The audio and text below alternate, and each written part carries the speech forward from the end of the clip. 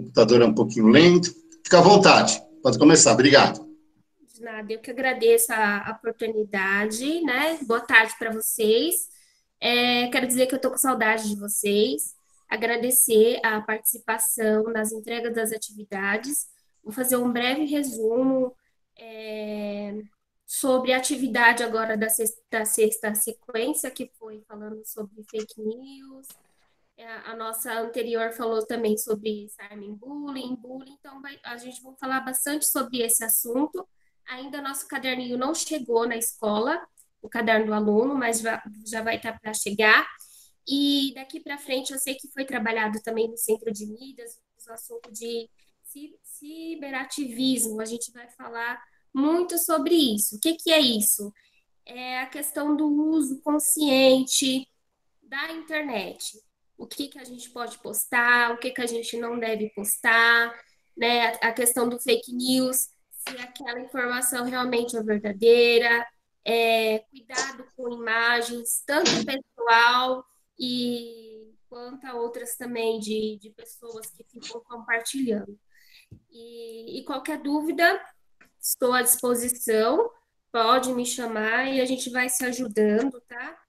E quero agradecer também a participação de todos pelas entregas das atividades mais uma vez, tá? E eu agradecer ao professor Cláudio pela essa oportunidade também. Obrigada.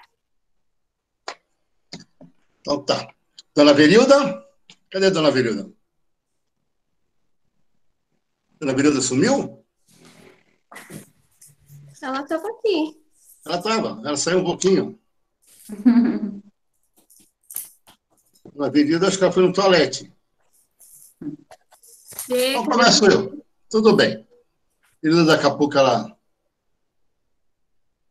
deu uma saída, então vamos lá.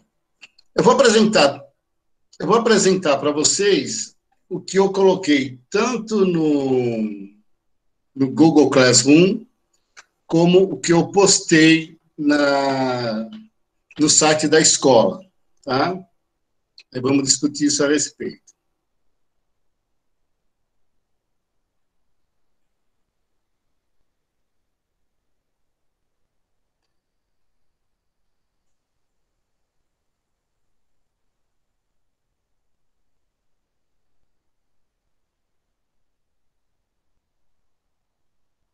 Não sei se todos vocês já tiveram oportunidade de visualizar.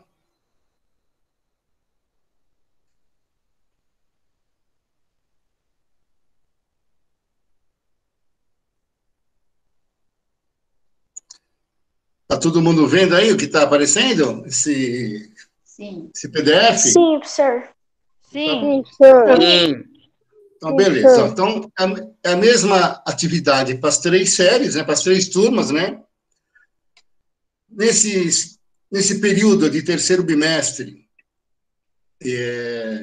nós vamos avançar na história do Brasil. Nós já falamos de quando a família real chegou no Brasil, falamos da independência brasileira, da independência do Brasil, falamos do primeiro reinado, né, que foi o reinado de Dom Pedro I, né, o Brasil que teve durante quase 70 anos da sua história, o Brasil foi um império, né, de 1822 até 1889, né, um pouco mais de 70 anos. Então, nós vamos começar a falar das regências no Brasil e depois do segundo reinado.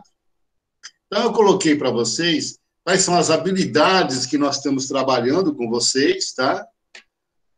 São aquelas habilidades que o pessoal no Centro de Mídias sempre fala para vocês, ó, o objetivo da aula é tal, a habilidade é tal, né? Então, tá aí para vocês podem ler lá depois. Primeiro, eu estou... como nem todos vocês têm um livro, né, e também ainda não saiu o caderno do aluno do terceiro bimestre, ele vai sair agora, provavelmente, acho que na próxima semana, a escola vai comunicar a vocês de quando esse livro vai ser entregue, então ele deve estar sendo entregue, eu acredito, na escola nas próximas semanas, né?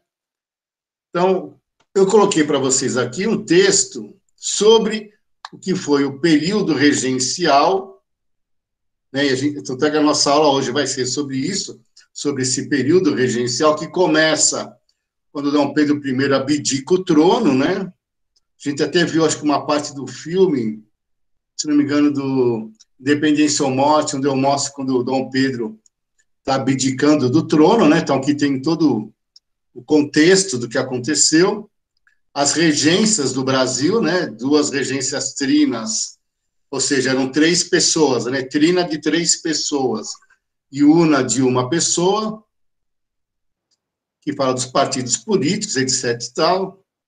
Depois eu tenho um texto aqui, continuando explicando cada uma das regências, né?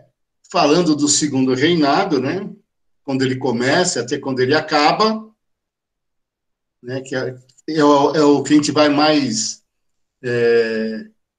se aprofundar nesse bimestre, sobre o segundo reinado, porque o ano que vem que vocês vão ver o que foi a República, né? Vocês começam o ano que vem já estudando a Primeira República, né? A história do Brasil que vocês vão ver ano que vem é sobre a Primeira República, sobre todos os presidentes do Brasil até hoje, né? Então está aqui falando das leis abolicionistas e as atividades aqui, ó. Eu coloco 4 questões, né? A primeira delas pede para identificar a composição social dos seguintes grupos políticos durante o período regencial e a forma de governo defendida por eles. Daqui a pouco eu vou comentar esse assunto com você, né? Os partidos são os restauradores, os liberais moderados e os liberais exaltados. Aí eu peço para vocês que, com referência às revoltas regenciais, descreva um resumo de cada revolta, informando onde ocorreu, o período, as causas, a base social, ou seja, quem que estava envolvido, né? Qual era o projeto político dessa revolta regencial, qual a importância dela, como ela acaba, né? Como acaba essa revolta. Aí, pensando depois na modernização, né?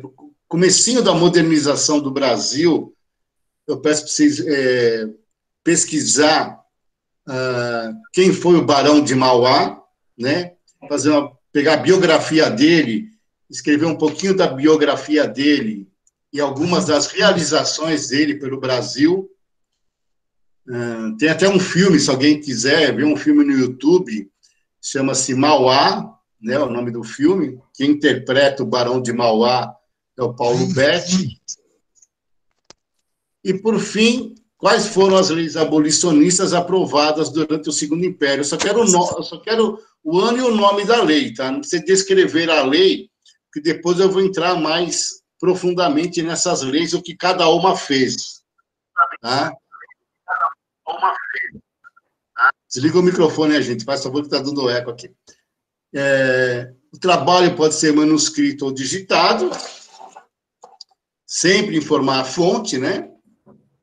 E aqui eu coloco um material de apoio para vocês, falando do período regencial, das revoltas, da revolta de Farrapos e sobre o segundo reinado. Importante, ó, devolução ao professor até dia 18 de agosto. Eu gostaria que vocês respeitassem muito essa data, tá? Eu não vou aceitar depois desse dia, já vou avisar para vocês, tá? Por quê? Porque no próximo dia 20 de agosto, nós, professores, já estaremos disponibilizando uma outra sequência de atividades para vocês, tá? Quem não entregar a atividade até o dia 18 vai ficar com falta nesse período, né? E depois, quando a gente for aplicar a recuperação, você vai conseguir mandar essa atividade, tá? Que ela vai ser colocada como nota. Isso todos os professores vão fazer, então, queria que vocês atentassem, tá? Quem tem acesso pelo Google Classroom, pode mandar por lá, que eu já dou a resposta, dou a nota por lá. Nessa atividade vai valer 3 pontos, essa atividade que vocês estão fazendo. E aqui também está o meu e-mail institucional, né? para quem for mandar pelo e-mail. E vocês sabem, quem manda para o e-mail para mim, eu sempre respondo ok se eu recebi, né, a atividade. Se você mandou por e-mail, eu não respondi em 48 horas que eu recebi a atividade, entre em contato comigo falando que você mandou. Tá? Porque todo dia, praticamente, eu vejo meu e-mail, né? Meu celular, ele já me comunica, já me informa mensagens que chegam no e-mail, mas eu dou sempre esse prazo no máximo, vamos dizer assim, de 48 horas. Tudo bem, crianças? Deu para entender o que eu quero que faça? Sim. Sim, professor. Com alguma dúvida? Não. Com alguma dúvida, gente? Não. Não. Não, professor. Tá bom, então. Agora eu vou colocar os da professora Verilda, tá? E, Verilda, vou colocar os seus agora para você explicar para eles, tá bom? Tá me ouvindo bem? Eu quero a Verilda. Estou te escutando bem. Sim, Tá? tá. Internet daqui de casa. Só um minutinho, Verilda. Tá. Só um minutinho. Tira.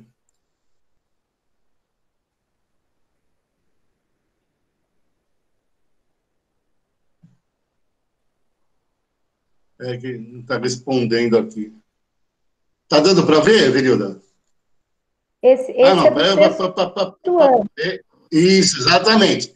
Isso, ainda bem que vocês já passaram do sexto ano. Aí, o professor abriu errado. Espera só um minutinho. Deixa ele abrir o outro aqui. Falha técnica nossa.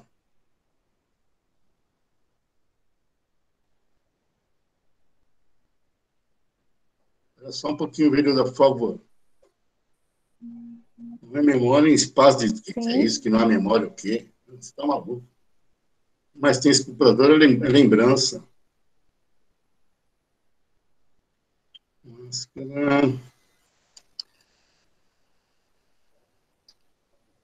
Só um minutinho, pessoal. Espera aí. Então, espera aí que eu já vou pegar essa atividade aqui da Verilda. Vamos pegar direto na fonte, então.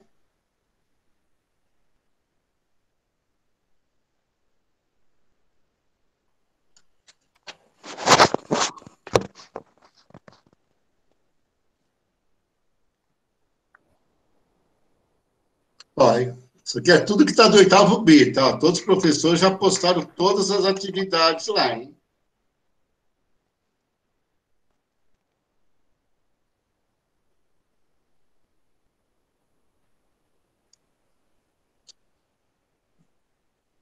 Isso aqui, né, Verilda?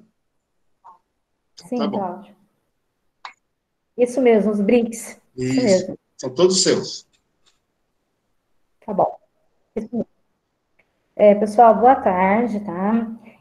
A professora Verilda, a Neide também, nós trabalhamos juntos. O outro professor de geografia, eu não sei quem é do outro oitavo, né? Mas agora nós vamos começar a trabalhar sobre os BRICS. O que são os BRICS? Eles são os blocos econômicos, né? Igual o Mercosul, igual o NAFTA, e só que os BRICS, ele pegou os países em desenvolvimento na época, tá? Por exemplo, né, o C aí significa a China, é Brasil, Rússia, Índia, China, e no finalzinho, a África do Sul, ela foi convidada.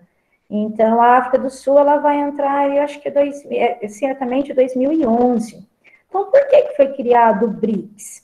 Por exemplo, pessoal, se ocorrer uma tragédia, ocorrer um problema igual agora a pandemia, ocorrer principalmente uma tragédia climática, esses países, eles acabam, entre aspas, aí, ajudando, emprestando dinheiro, tá bom? Vocês podem até falar assim, mas professora, por que só a África do Sul? Porque a África do Sul é a parte mais desenvolvida. Os meninos aí que me ajudam, né? A África do Sul, ela sediou a Copa do Mundo em 2010. E ela é um dos lugares ali, nos países mais ricos em recurso natural, questão do petróleo, é um dos lugares mais visitados do mundo, por causa, né, da parte ali dos animais, os safaris, né, e ela foi convidada. No caso do Brasil, teve países que não gostaram muito. Por quê? Porque o Brasil, nessa época, gente, ele estava, né, na 7ª potência. Hoje, ele ultrapassou. Hoje, ele é a 6ª potência do mundo. Se o nosso país não tivesse tanta corrupção, um dos países mais corruptos do mundo, o Brasil, agora em 2020, ele seria a 5ª potência, a potência mais rica aí, tá? E entre um detalhe interessante que eu quero que vocês observem, principalmente a China. A China é um país que tem um crescimento acelerado, mas depois, nas próximas aulas com o Cláudio, eu vou falar um pouco da exploração da mão de obra chinesa, tá? Então, às vezes, vocês falam assim, professora, mas os produtos chineses, eles são baratos. Quando o mesmo produto fabricado nos Estados Unidos, os Estados Unidos, ele exige de uma boa qualidade.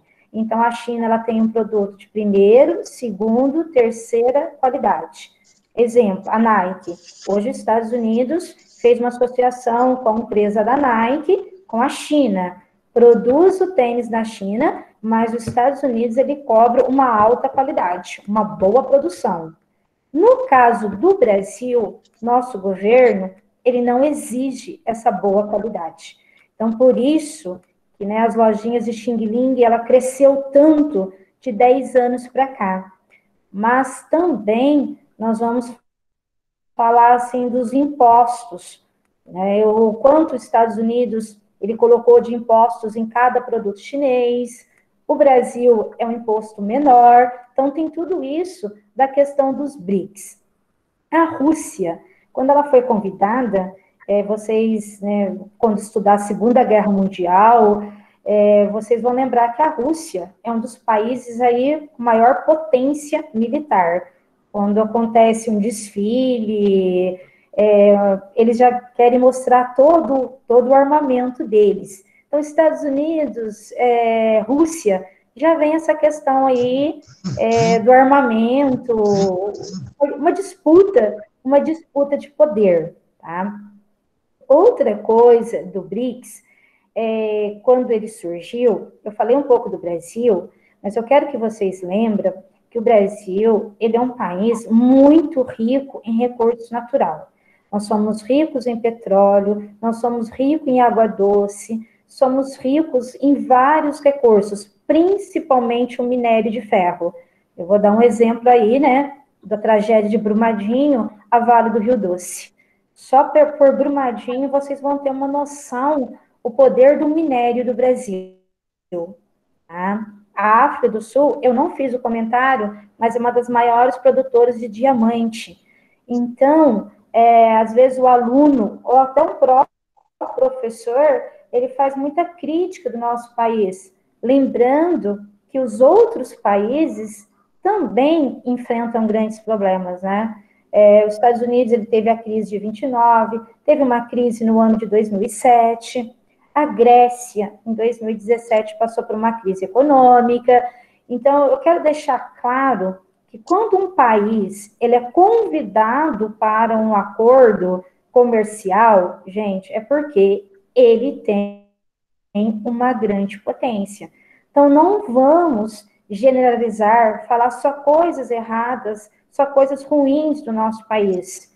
A gente tem que lembrar que é um país que tem muitos recursos naturais, muita riqueza. Pena que a corrupção não deixa nós crescer, né? Ontem eu estava lendo um documentário da Noruega. A Noruega, os políticos estão tirando 20% do salário deles para investir na saúde. Olha que bonito, né? Diferença dos políticos brasileiros, que poderia também tirar 20% do salário para ajudar essa calamidade do Covid. Então, é necessário o aluno, vocês buscar essas fontes, não fazer só a crítica do nosso país, igual da África, né? Vamos pegar a África aí, Marrocos, Egito, um dos lugares mais visitados do mundo, as pirâmides do Egito. E quando eu falo em África, o aluno só vem aquela pobreza, né? Ah, professora, é só pobreza? Gente, não é só pobreza, tá? No no outro bimestre, não sei se o pessoal do 8º B vai lembrar, eu mandei no grupo uma reportagem sobre o DJ Alok, ele visitando a África. Não sei se vocês lembram que ele mostra isso, né? E indo visitar um país pobre, no qual ele ajuda pessoas até com catarata, ele fala que é o mínimo que ele está fazendo pela África, mas, dependendo do país, Angola, Senegal, Moçambique, eu não sei se vocês assistiram a reportagem que eu mandei do Alok, mas ele está fazendo muito para aquela sociedade que alguns países ali, eles estão abandonados, tá? Na próxima aula com o Cláudio, eu vou ressaltar para vocês a questão da China, a mão de obra escrava, a questão da poluição, a questão de nascimentos, eles não fazem certidão de nascimento por medo, né, dos regimes que o Estado impõe. Então, a China é ela que mais cresce em população, mas em grandes problemas que a mídia não mostra. Tá? Vocês vão falar assim, mas professora Berilda, qual fonte seguras? Vocês sempre têm que procurar umas fontes seguras, né? Com essa questão de fake news, aparecem muitas notícias que não, quem sabe que não é verdade. Mas a revista Veja, a Nova Escola, ela trabalha de um jeito mais aberto para vocês entenderem. Então, não vamos... mas a China é o que mais cresce, ela está ali, ela ultrapassou o Japão. Mas e a questão com o clima? Tem lugares, pessoal, que a China, ela pega a bateria do celular, porque ali produz muito esses lixos radioativos, e coloca fogo em qualquer lugar. Então, isso está causando câncer em várias, né, mulheres que inalam essa fumaça, e que as crianças já nascem com o câncer ou com mutilações. Então, da onde está vindo isso? Do progresso, só que ela não está cuidando desse progresso, esse lixo, aonde poderia ser jogado. Então, na próxima aula, eu vou ressaltar com vocês muitos problemas da China, mas muitos mesmo, e que a mídia, ela não mostra, tá?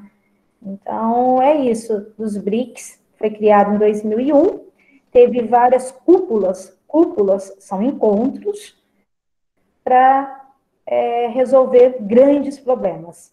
Então, tem até uma pergunta aí, quantas cúpulas foi realizada já dos BRICS? E depois, né, a gente vai entrar em detalhe. Foram 12 cúpulas realizadas, 12 encontros para discutir, tá? Aqui, Cláudio, eu coloquei a número 1, né, com a questão dos países que mais cresce o produto interno bruto, o PIB. Se vocês comparar o PIB, a China, Estados Unidos, Japão, ele tem um PIB aí, tem 19 trilhões Estados Unidos da América. O Brasil chega a 3 trilhões. Então, vocês vão comparar até a questão do PIB global. Quem exporta mais? Quem importa mais, tá? Pode descer, Cláudia. A número 2, isso, tá tudo no texto que a professora Esperildo explicou. Tem a questão militar, qual país tem o maior poder militar, eu coloquei ali para vocês assinalar, né? Brasil, Rússia, Índia ou China, né? Aqui, mais uma vez, a bandeira dos países que formam o BRICS, tá bom? E o que significa esse contexto, eles no contexto político, hoje em dia? Lembrar que mesmo em desenvolvimento, eles são muito importantes, muito mesmo. O Brasil, por ser um país o quinto mais extenso do mundo, não sei se vocês vão concordar com a professora, parece que perdeu o controle, né? As nossas fronteiras não são vigiadas, ele é muito extenso, então ele hoje ressalta mais os problemas do que os aspectos positivos. Mas lembrando que nós somos o quinto mais extenso e com uma fronteira enorme. Então, vai entrar muita droga, a questão do desmatamento, que não é vigiado. Então, eu vou ressaltar com vocês que, às vezes, até os pais de vocês percebem, junto com a professora Verilda, parece que nós temos mais problemas, mais coisas ruins do que coisas boas.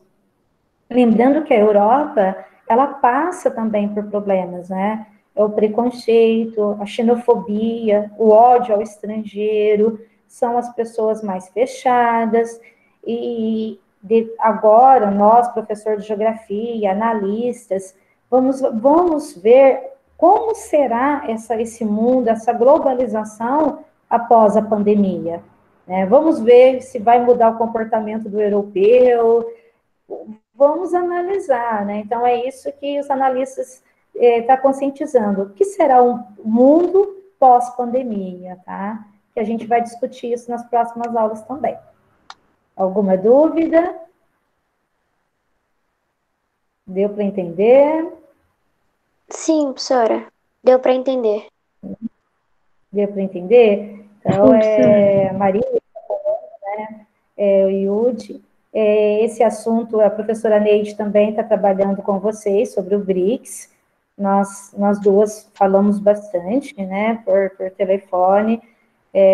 Eu gravei 2 vídeos para ajudar vocês, mas, assim, qualquer dúvida, pode chamar no particular, e a partir de agora o Cláudio me deu um espaço para mim participar das aulas dele, porque eu não sei montar tudo isso, eu tenho uma grande dificuldade com informática, então eu pedi ajuda para o professor Cláudio, mas sempre estou avisando que no celular, no particular, a hora que vocês precisar, eu sempre estarei à disposição para esclarecer as dúvidas de vocês, tá bom? Então é isso. Então, beleza, pessoal. E aqui está, né, data para devolver a atividade e o e-mail da Verilda, tá? Isso. Tá bom. Sabe o que está aparecendo nós dois juntos, Verilda, que me lembrou agora? Se você concorda? Quando eu estudei, quando eu estava no ginásio, era assim, né? Quando eu estava no ginásio, gente, eu não tinha aula de história e nem de geografia, eu tinha aula de estudos sociais. Sim, eu também. A gente tinha aula de estudos sociais, né? Que quando tinha geografia e história. Então, nós estamos revivendo essa parceria, tá? Da década de 60, né? A Verilda nem tinha nascido ainda, né? E aí, depois teve educação moral e cívica. Isso, tinha educação moral e cívica, né? Que depois virou para... Que como nós estudamos, e vocês vão ver isso ano que vem até, como nós estudamos durante o regime militar, né, durante a ditadura militar, o governo criou uma disciplina chamada Educação Moral e Cívica, né, para ensinar, falava sobre hino, falava sobre os problemas do Brasil da época, era da época. Hoje, isso acabou na década de 80, já acabou, né? Que mudou para a OSPB, Organização Social Política Brasileira, e aí depois saiu em desuso, né? Hoje não se dá mais aula disso daí, todo esse conteúdo está diluído também em sociologia, fisiologia, filosofia, né? Mas tudo bem. Então vamos lá, pessoal, vamos falar também do nosso assunto de hoje. Olha o Miguel aí, ó. Quem falou que o Miguel não vinha? Ele acordou mais tarde só. Não, o Miguel está aí também, né, Miguel? Vamos falar, pessoal, do nosso período regencial. Tá? O que é que foi isso daí? Eu preparei aqui uns slides para a gente. Né? Espera ele acabar de abrir. Abriu o mundo aí, não? Então Sim. tá bom. Abriu, professor. Só deixa eu desligar a câmera aqui, que senão fica mais fácil para vocês só me escutarem, né, do que ficarem me vendo. Então vamos lá, gente. Período regencial, tá? Ele vai de 1831 a 1840, ou seja, ele dura, espera que ele sumiu agora, mas já volta. Ele dura só 9 anos, nesse período regencial. Ele, ele ocorre, tá, logo após Dom Pedro ter abdicado ao trono, né? Dom Pedro abdica ao trono, ou seja, deixa de ser imperador em 1831, vai embora para Portugal, e quem assumiria o trono seria o filho dele, né? Que também se chama Pedro. Só que tinha um problema. O Dom Pedro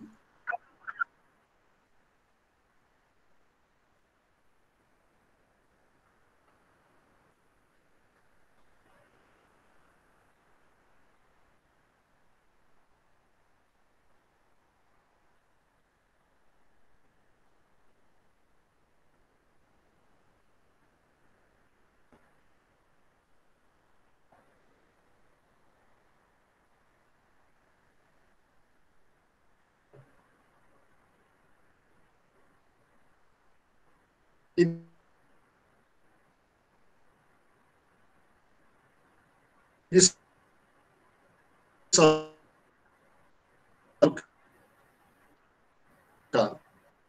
5 anos de idade. E a Constituição, perdão, de 1824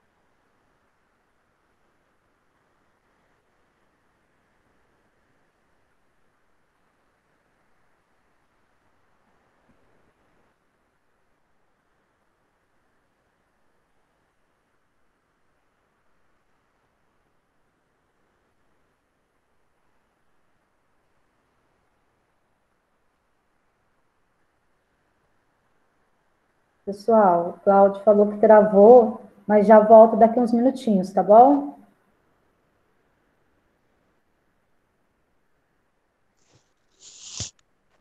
Tá bom, professor. Bom, Tá bom, prof. acabou de passar aqui no celular. Travou, mas depois a gente esperar uns minutinhos, tá? Tá bom. Enquanto ele não volta, ninguém quer fazer nenhuma pergunta de geografia? Nenhuma dúvida? Não. Não? Nenhuma dúvida, professora. Oi? Hein, Yudi? Nenhuma dúvida? Maria, nenhuma dúvida? Não, prof, tá tranquilo. Tá tranquilo? Porque você pediu, né, para as aulas para fazer igual o Cláudio, e eu estava preocupada com vocês do 8º ano B.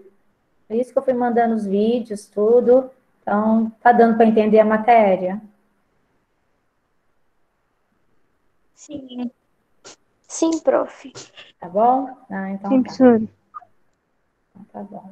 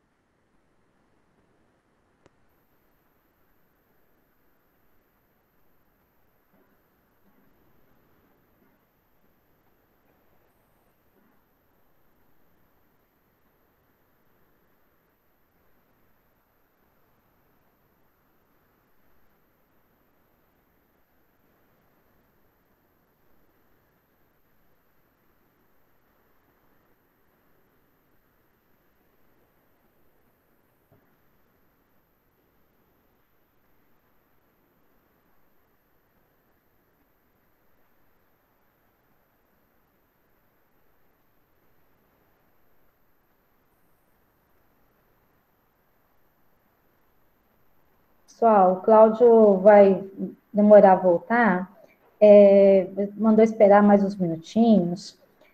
Quando eu falei aí da China, alguém quer perguntar alguma coisa? Porque na outra sala, quando eu falei sobre a China, teve um aluno que disse assim que tá vendo muita notícia sobre a China ultimamente, por causa da pandemia, do vírus. Eu quero que vocês observam que está tendo muita notícia. Como que pronuncia? Fake news? É isso, Mara? Não sei pronunciar direito. Muita notícia falsa, tá? Então, de uns tempos para cá, devido a essa questão do Covid, nós estamos vendo, assim, muitas notícias falsas da China, um conflito com os Estados Unidos da América, pode ocorrer uma grande guerra. Gente, isso tudo aí é tudo fake, tá? É a única coisa, algo que nós vamos trabalhar com a questão da China e os Estados Unidos é uma disputa comercial, viu? Onde teve um aluno que perguntou, né? Mas vai ter uma guerra, vai ter um conflito entre os dois presidentes?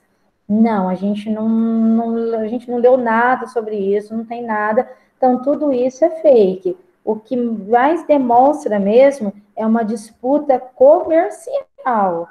Quem vai produzir mais? Qual produto de melhor qualidade? Então, é isso. Então, às vezes, o aluno, ele acaba confundindo, né?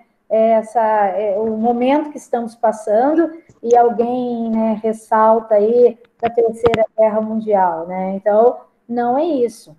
Ontem mesmo, não sei se vocês viram uma reportagem no Líbano, numa explosão, alguém viu?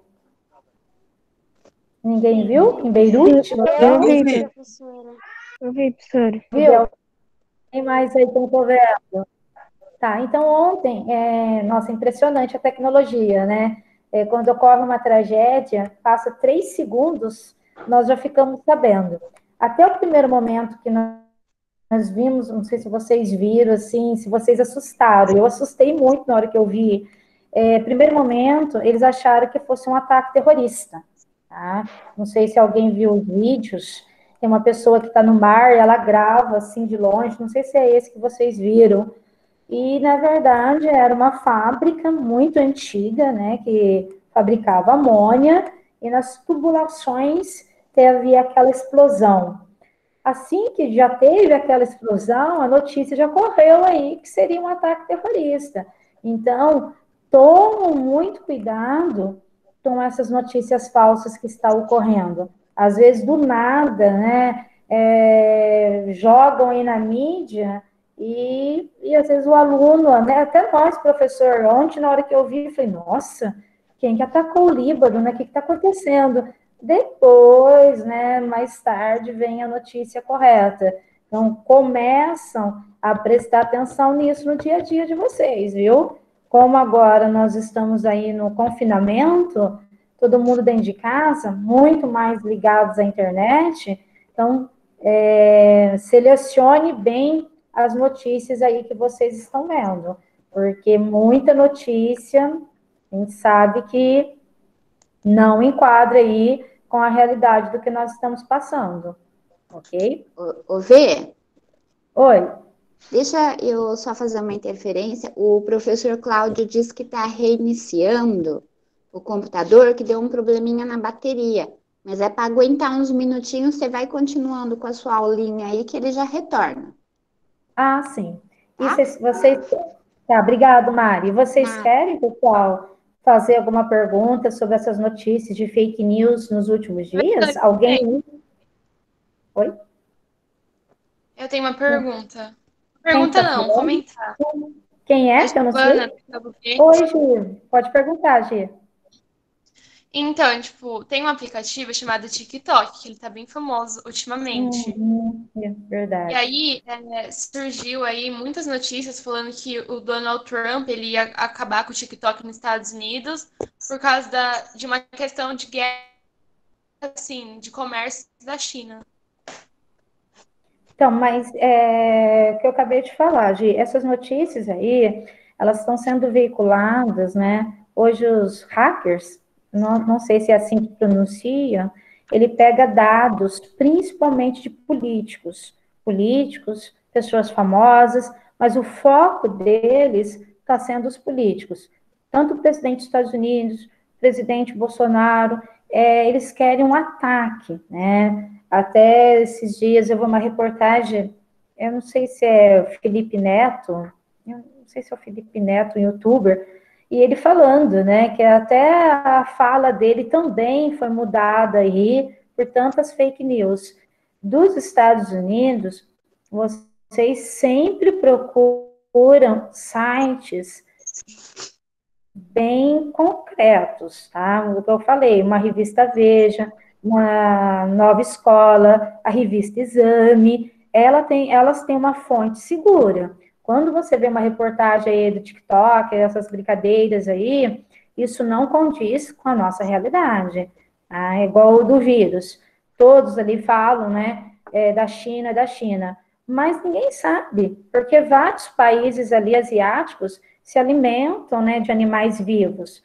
Eu vi uma reportagem, não só a China, outros países, eles compram animais que vêm da Inglaterra. Vocês imaginem esses animais confinados dentro de uma jaula, dias dentro de um avião. Lógico que ele vai despertar um vírus, um nervosismo de ficar enjaulado.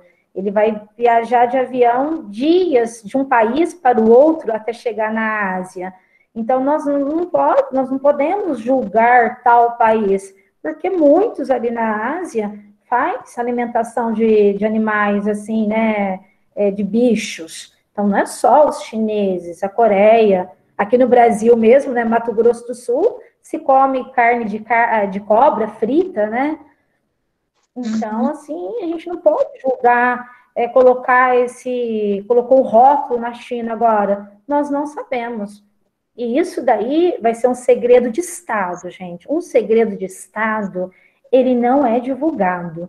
Não adianta, são só especulações. E um segredo de Estado, o professor Cláudio pode até trabalhar em história com vocês. Por exemplo, a morte do presidente Getúlio Vargas, a morte do JK, a morte do Tancredo Neves. Pode lançar livros, pode fazer vários comentários, mas é segredo de Estado, não pode divulgar. Então, só fica especulações, tá? Da morte do Tancredo Neves, vocês podem ver que em Dayatuba tem até um bairro em homenagem a ele, né, o Tancredo Neves. No dia da morte dele, não se sabe até hoje, né? As enfermeiras que estavam no hospital, elas foram obrigadas a aposentar muito bem e nunca divulgar o que elas viram. Nunca, nunca. Aqui perto de casa tem uma enfermeira que trabalhou lá em Minas, que presenciou a morte do Tancredo. Ela mora aqui no Portal das Flores. Ela não pode falar o que viu. Elas ganham muito bem, se aposentaram muito bem, mas não pode contar o que viu. Então, esse é um segredo de Estado. A Glória Maria também, a da Rede Globo. Ela ficou afastada, né, porque ela presenciou alguns políticos, algo aí, que também ela publicou um livro, o livro não pôde ser lançado. Para vocês terem uma ideia, que são segredos que só o Estado vai ficar sabendo. Nós nunca pode lançar filme, minissérie, nós nunca vamos saber realmente a verdade. Tá bom? Então, vamos lá, pessoal. Gi? Cláudio. Oi, Verilda. Desculpem Tá me ouvindo? Deu uma travada no meu computador. Pode falar. Eu acabei conversando com eles, né, das notícias de fake news. E eu entrei assim, a Gi me perguntou algumas coisas da China, Estados Unidos, que está passando muito no TikTok, isso, né? E eu falei que não condiz com a verdade. Certas tragédias de presidente, Tancredo Neves, o JK, Getúlio, são tudo segredo de Estado. São notícias que nós nunca iremos ficar sabendo. Né? A Rede Globo pode lançar minissérie, lançar filme, né? Ela está agora trabalhando com a questão, uma minissérie, vou sair um pouquinho do assunto, da Hebe Camargo, né? E eu fui ler se realmente condiz, né, com a história dela, ou muitas falhas na minissérie. Então, para o aluno, quando for procurar uma notícia, procurar sempre em fontes seguras, né? Com certeza, com certeza. Nunca ficar ver a notícia de primeira, já vou espalhar para todo mundo. Não, veja a fonte. Principalmente esse ano aqui, que também é ano de eleição, nossa senhora, logo, logo começam as notícias falsas aí, falando mal de um monte de gente, né? Mas vamos lá, pessoal. Desculpem, né, que travou aqui meu computador, para você ligar, para você arrancar a bateria dele para ele voltar a funcionar até. Então, vamos lá. Retomando o nosso ponto, a gente estava falando sobre período, íamos começar a falar sobre o período regencial, e o que foi esse período? Foi um período de 9 anos, que durou desde a abdicação, né, de Dom Pedro I, em favor de Dom Pedro, futuramente Dom Pedro II, né, até o dia que ele pôde, Dom Pedro II pôde ser declarado o novo monarca do país, né, o novo imperador do país. Isso demorou 9 anos. Por quê? Porque Dom Pedro II tinha só 5 anos de idade quando Dom Pedro I abdicou ao trono, né? E a Constituição de 1824 não autorizava que alguém menor de idade assumisse o trono. Só com 18 anos é que você podia assumir o trono. Então, para resolver esse problema, se criou uma regência, né? Ou seja, pessoas adultas, né, políticos adultos, que iriam governar o país, enquanto que Dom Pedro II ainda fosse uma criança, até ele poder assumir o trono. Então, vamos lá, o que foram esses regentes aí? Ou seja, no Brasil começa agora, né? E isso tem até hoje, né? Nós temos uma grande guerra política, né? De quem vai comandar o país, né? Isso vem até os dias de hoje, né? Sempre teve, né? Nunca deixou de existir isso. E agora a gente vai ver que tem grupos políticos, né? Que vão entrar nessa disputa de quem vai comandar o país. Então, vamos ver aqui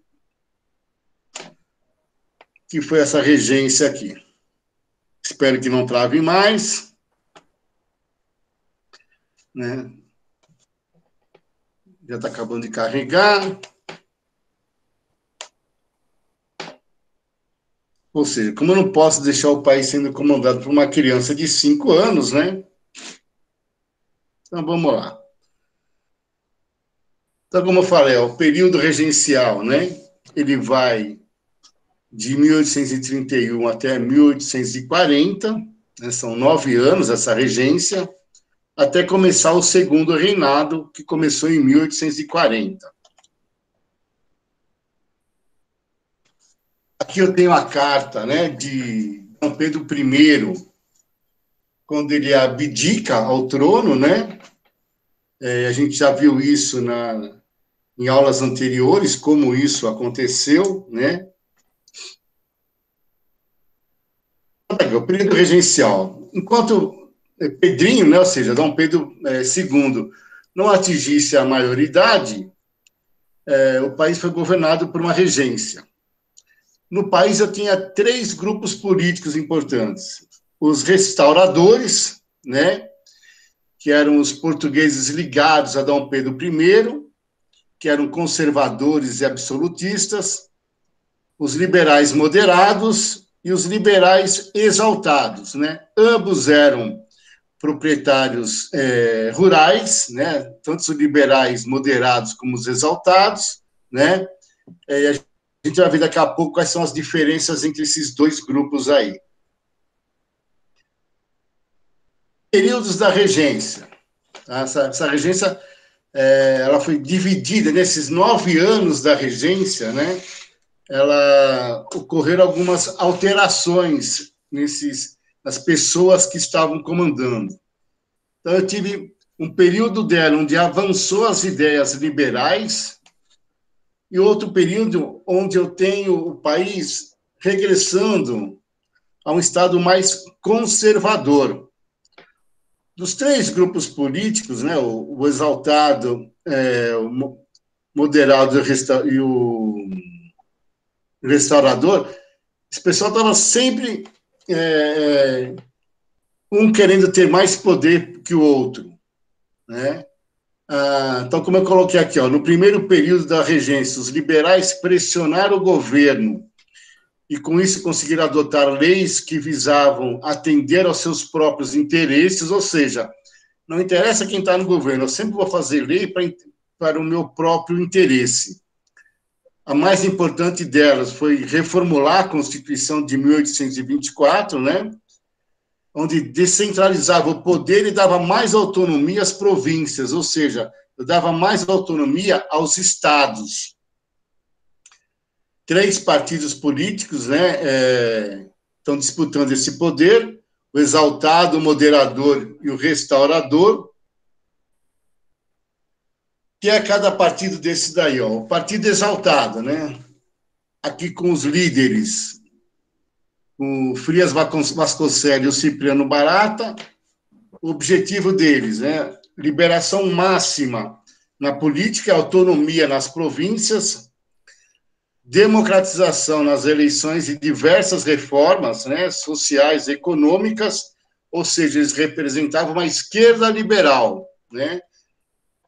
Já o Partido Moderado, que era um partido mais de centro, os seus líderes eram o Regente Feijó, o Evaristo da Veiga e o Brigadeiro Lima e Silva, que representavam o Exército. Os objetivos que eram defender os interesses das grandes fazendeiros com o mínimo de alteração da Constituição vigente, manter a lei e a ordem, usando principalmente a polícia. E representava uma direita liberal, ou seja, esquerda e direita, né? Tinha também o Partido Restaurador, que os líderes eram os irmãos Andrada, e o objetivo deles era a volta de Dom Pedro I, né, ao governo brasileiro, e era uma direita ultraconservadora. O Partido Liberal, o Avanço Liberal, né, o Partido Moderado, manteve-se no poder, tá, enquanto os exaltados e os restauradores ficavam na oposição. A gente começa a observar que não muda, a política brasileira, né, não muda muito do que nós temos hoje, né, do que foi ocorrendo durante os anos, né. A direita indica grupos que não querem mudanças radicais na estrutura existente. Já a esquerda são grupos que desejam reformas econômicas, sociais e políticas. Isso acontece até hoje, né, gente? Se vocês forem observar a política brasileira, isso acontece até hoje.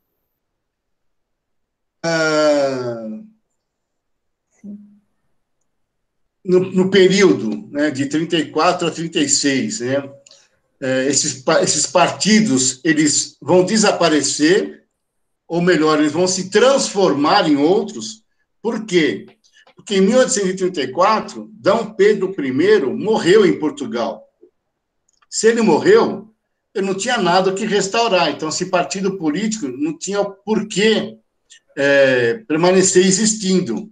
Que a bandeira dele, qual era? Era o retorno de Dom Pedro I.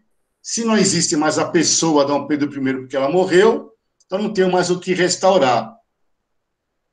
Os moderadores, né, eles não conseguiram se manter unidos por causa de diferenças políticas entre os seus próprios líderes. E os exaltados, né, ficam enfraquecidos, por quê? Porque muitos dos seus líderes, dos seus participantes, ou foram presos e foram até mortos também. Diante de todo esse quadro político agora, surgem dois novos partidos políticos, que são os regressistas e os progressistas. Sendo que os regressistas, eles são liderados pelo Bernardo Vasconcelos, né, que é um deputado, e é composto pelos antigos moderados e restauradores, ou seja, eu juntei dois partidos para praticamente dar um. E vou criar um governo forte e com poderes centralizadores. Já os progressistas, liderados pelo padre Feijó, que reuniu os sobreviventes, né, do Partido Exaltados, tinha uma ideia de uma monarquia constitucional. Os regressistas eram mais absolutistas. Com essa instabilidade política, né, ocorre várias agitações, né, agitações internas, eu começo a ter algumas revoltas no país inteiro, né, de norte a sul, começam a acontecer algumas revoltas.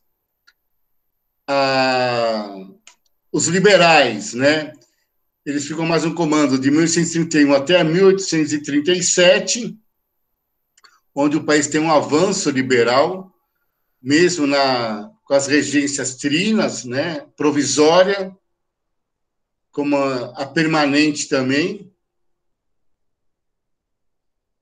A regência provisória, né, que vai entre abril e julho de 1831, ela reflete os interesses dos grupos mais importantes da época, que o Francisco de Lima, que representa o Exército, o Carneiro de Campos, que representa o Partido Conservador, e o Nicolau Pereira, os liberais. Ou seja, a primeira regência, eu pego pessoas conservadoras, pessoas que representam um grupo conservador, pessoas que representam um grupo liberal, e coloco alguém do Exército para servir como fiel da balança entre esses dois grupos, né? Alguma das suas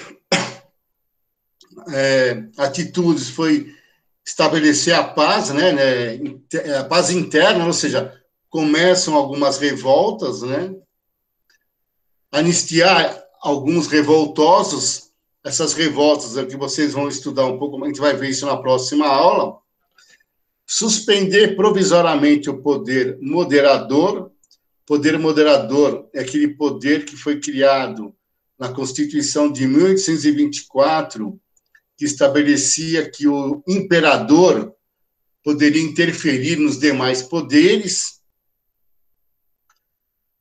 Como eu tenho agora grandes fazendeiros, né, na política brasileira, então, ó, proibição de se criar novos impostos, proibição de dissolver a Câmara dos Deputados, né? E aqui, que era uma regência provisória, eles elegem uma regência permanente. Nessa regência permanente, né, eu tenho aqui os representantes dessa regência, né? Continua o brigadeiro Francisco Lima e Silva, né? O João Braulio. Agora eu tenho representantes da região norte do país e José da Costa, que representa o sul do país. Eu vou criar, nesse período, a Guarda Nacional. O que é essa Guarda Nacional, né? Essa Guarda Nacional, ela é comandada por coronéis, né? Que é uma patente que eu vendia ou elegia entre os cidadãos ativos eleitores, ou seja, aquele que é dono, grande proprietário de terra de uma determinada região, né? Ele vai poder criar uma guarda, né? Para funcionar na Guarda Nacional, e ele vai comandar aquele pedaço dele. Por isso que essa Guarda Nacional é uma defesa de interesses pessoais dos grandes fazendeiros. Sabe quando vocês veem aquelas novelas, né, que tratam do Nordeste brasileiro, você sempre escuta falar, olha o coronel, né? Ah, quem manda aqui é o coronel. Nos livros do Jorge Amado tem muito disso, né? No Gabriela Cravo e Canela, por exemplo, né? Tinha era a vida em Itabuna, perdão, a vida em Ilhéus, e os coronéis, né? Que viviam, né, na cidade de Ilhéus, né? Como é que era a sociedade nessa ocasião? E todos esses coronéis tinham, né? A gente chamou depois até de jagunços, né, esse pessoal, mas na realidade eles tinham um exército, né, uma guarda, vamos dizer assim, de pessoas que trabalhavam para eles. Então, ou seja, é quando foi criada a Guarda Nacional. Oi. Cláudio. Pode falar. Cláudio, achei interessante dos coronéis, né? Eu morei numa fazenda. A escola que eu estudei é Coronel João Batista Lima Figueiredo, né?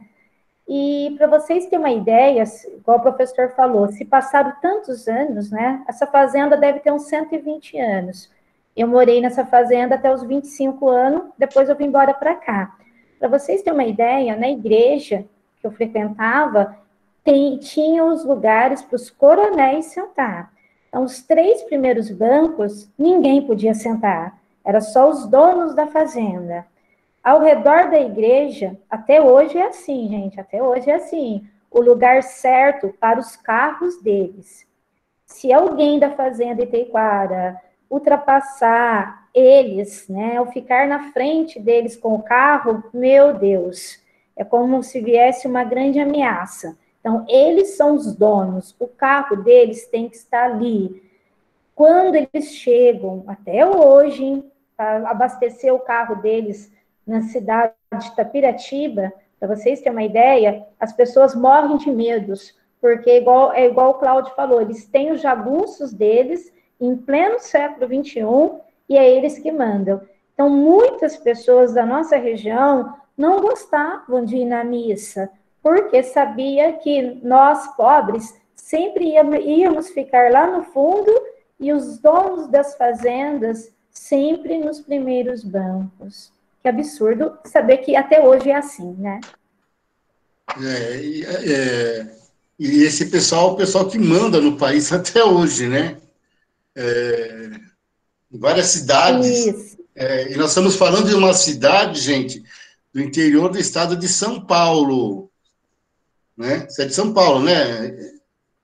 Ou é lá em Minas? Isso, interior de São Paulo. De São Paulo. São Paulo é o estado mais divisa rico com da Guaxupé, federação. mas... Né? Então, todas as cidades, né, tinham esses coronéis, né, que eram os proprietários. Aqui em Indaiatuba também tinha, né? A gente até viu na aula passada, quando falamos de escravidão, a família Stanislau do Amaral, né? Tem até rua hoje, né, em nome deles, né? O Antônio Stanislau do Amaral, né? Onde a escola hoje era a fazenda desse pessoal também, né? A família Bicudo, ou seja, são famílias, né, que vão se perpetuando quase no poder, né? Isso tem no Brasil inteiro. A gente só vai mudando os nomes, né, conforme o tempo vai passando, mas isso se perpetua, né?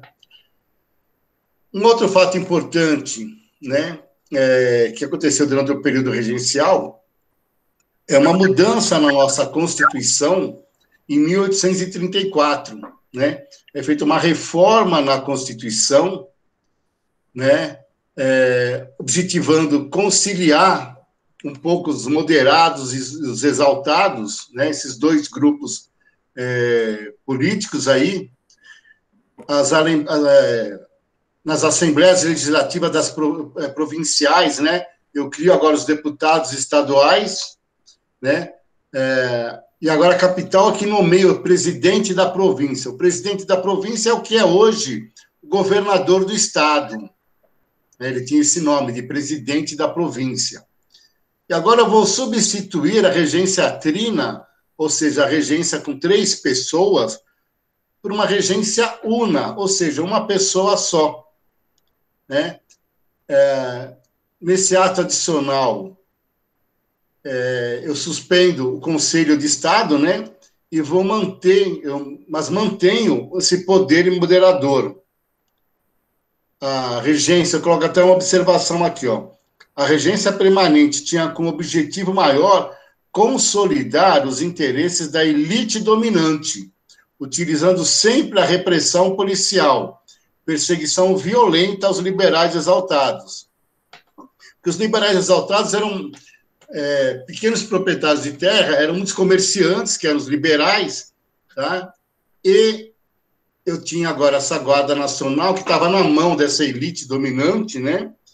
Que vai repreender. Então, eu falo que nos próximos 30 anos, os militares são postos à margem de qualquer decisão política importante no Brasil, fazendo com que a Guarda Nacional agora se tornasse o braço direito do governo.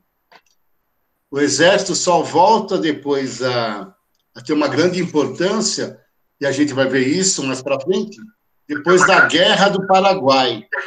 Né? Que até então, a grande força policial era representada pela Guarda Nacional. Em 1935 tem novas eleições, né? O regente Feijó sai como vencedor, né? Ele é o ministro da Justiça, né? Na regência permanente, e ele era uma pessoa muito violenta. O Feijó, ele era daqui de Itu, tá? Tanto é que depois que ele sai da regência, ele volta aqui para a cidade de Itu, e essa regência fica só por 2 anos, né, ele como regente, depois ele é substituído por um regressista, ou seja, por um conservador, que é o Araújo Lima. Ou seja, reparem no seguinte, isso vocês vão ver bastante. Eu sempre tenho o Partido Liberal e o Partido Conservador. Esse pessoal, ou o poder está na mão de um, ou o poder está na mão de outro. Isso vai ser até quase uma constante depois no governo de Dom Pedro II. A regência também do Araújo Lima, que era um conservador. O café com leite. Pode falar. Não, quando você fala assim de mudança de partido, realmente Depois, mais para frente, vem o café com leite, Isso. né? Então não muda, né? Sempre dois partidos, né? Mesma coisa, né? A base é a mesma, né? Só vai mudando um pouco a fisionomia das pessoas. Então, e agora nós temos um conservador, né? Um regressista no poder, né? Aquilo que os liberais conquistaram, né? Foi reformulado, né? Ou seja, os liberais, quando fizeram uma reforma na Constituição, eles pegaram mais poder para as províncias. Agora, o Araújo Lima, ele tira a autonomia das províncias e dá um controle do sistema jurídico e policial ao governo central, né? Ou seja, volta tudo a ser centralizado no governo só. E o Código de Processo Criminal, né, ele tira a autoridade dos juízes de paz, né, e transfere isso aos chefes de polícia e delegados municipais. Então, coisas que os juízes de paz poderiam resolver, agora quem vai resolver é o chefe da polícia. Se a polícia pertence à Guarda Nacional e essa Guarda Nacional responde para um coronel, para um dono de uma região, né, é o que a Verilda falou, né? Lá na cidade dela, é esse grupo político que vai mandar em tudo, né?